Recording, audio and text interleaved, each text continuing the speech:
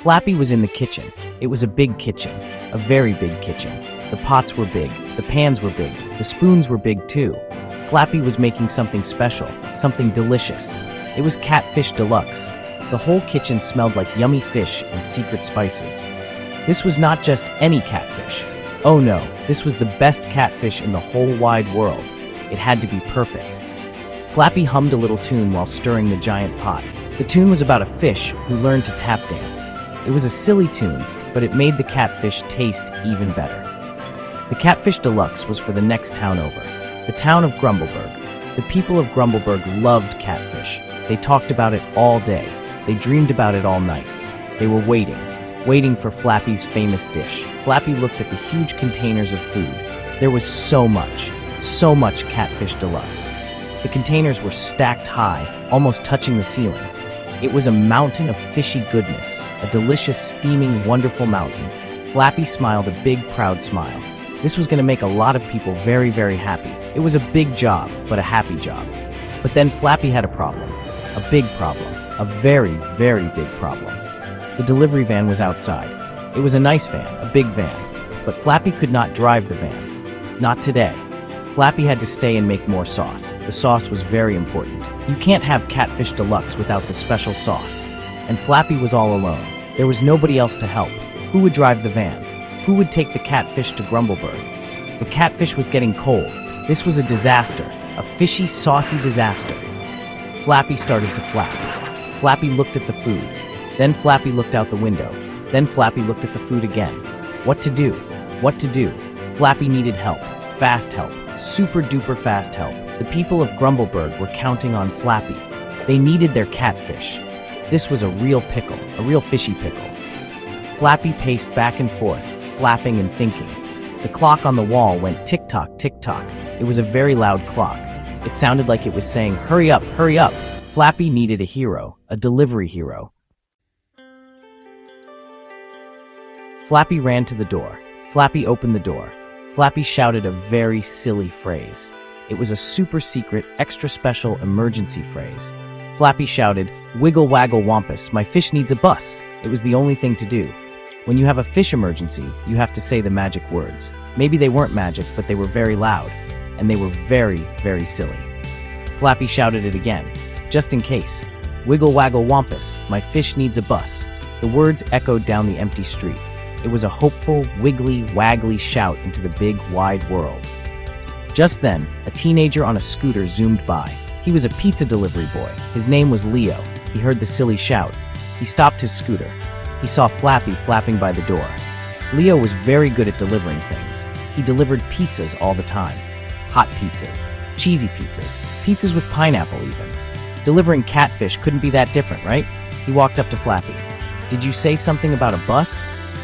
And a wampus? Leo asked. He was a little confused, but he was also very curious. And he liked helping people, especially flapping people who shouted silly things. Flappy's eyes went wide. A delivery boy, a real-life delivery expert. It was a miracle, a wiggle-waggle wampus miracle. Yes, I need you to deliver this Catfish Deluxe to Grumbleburg. It has to get there super fast, Flappy explained, pointing at the giant van full of food. Leo looked at the van, then back at Flappy. It was a lot bigger than his pizza scooter. But an adventure was an adventure. I can do that, Leo said with a confident grin. He was ready for a challenge, a big, fishy, delicious-smelling challenge. He was born for this moment. Excellent, chirped Flappy. But you will need this. Flappy handed Leo a strange-looking tool. It was a cape, a shiny blue cape. But it was also a map, and it had a small propeller on the back. This is the mobile flap cape Walararusa, Flappy said proudly. It will guide you and make the van go faster. Just put it on and think speedy thoughts. Leo looked at the Walararusa. It was the weirdest thing he had ever seen. A cape map propeller thing? He had never used one of those for a pizza delivery before, but it looked like fun. So much fun. Leo put on the mobile flap cape Walararusa. It felt surprisingly comfortable. He hopped into the driver's seat of the big van. He thought a very speedy thought. Vroom! The van's engine roared to life with a mighty sound. The little propeller on the cape started to spin. Whiz! The van shot down the street like a rocket. A catfish-filled rocket. Leo gripped the steering wheel. his eyes wide with excitement. This was way better than delivering pizzas. This was a high-speed, top-secret, super important catfish mission. He was not just a delivery boy anymore. He was a delivery hero. He arrived in Grumbleburg in record time. The whole town was waiting in the main square. It was a catfish festival. There were banners that said, "We heart catfish," and Flappy is our hero. People were wearing fish-shaped hats. They were singing songs about how much they loved fried fish. As soon as they saw the van, a huge cheer went up. It was the loudest cheer Leo had ever heard. It was louder than 100 lions roaring at a rock concert. The people of Grumbleburg were not just excited. They were absolutely, completely, totally wild for catfish. It was a beautiful, chaotic sight. Before Leo could even park, the van was surrounded. People were everywhere. They were mobbing the van, their faces pressed against the windows. They were shouting questions. Funny questions. "Does the catfish know my name?" yelled one person. "Can I trade you my tuba for an extra piece?" shouted another. "Is it true the deluxe recipe was whispered by a mermaid?" asked a lady with a fish handbag.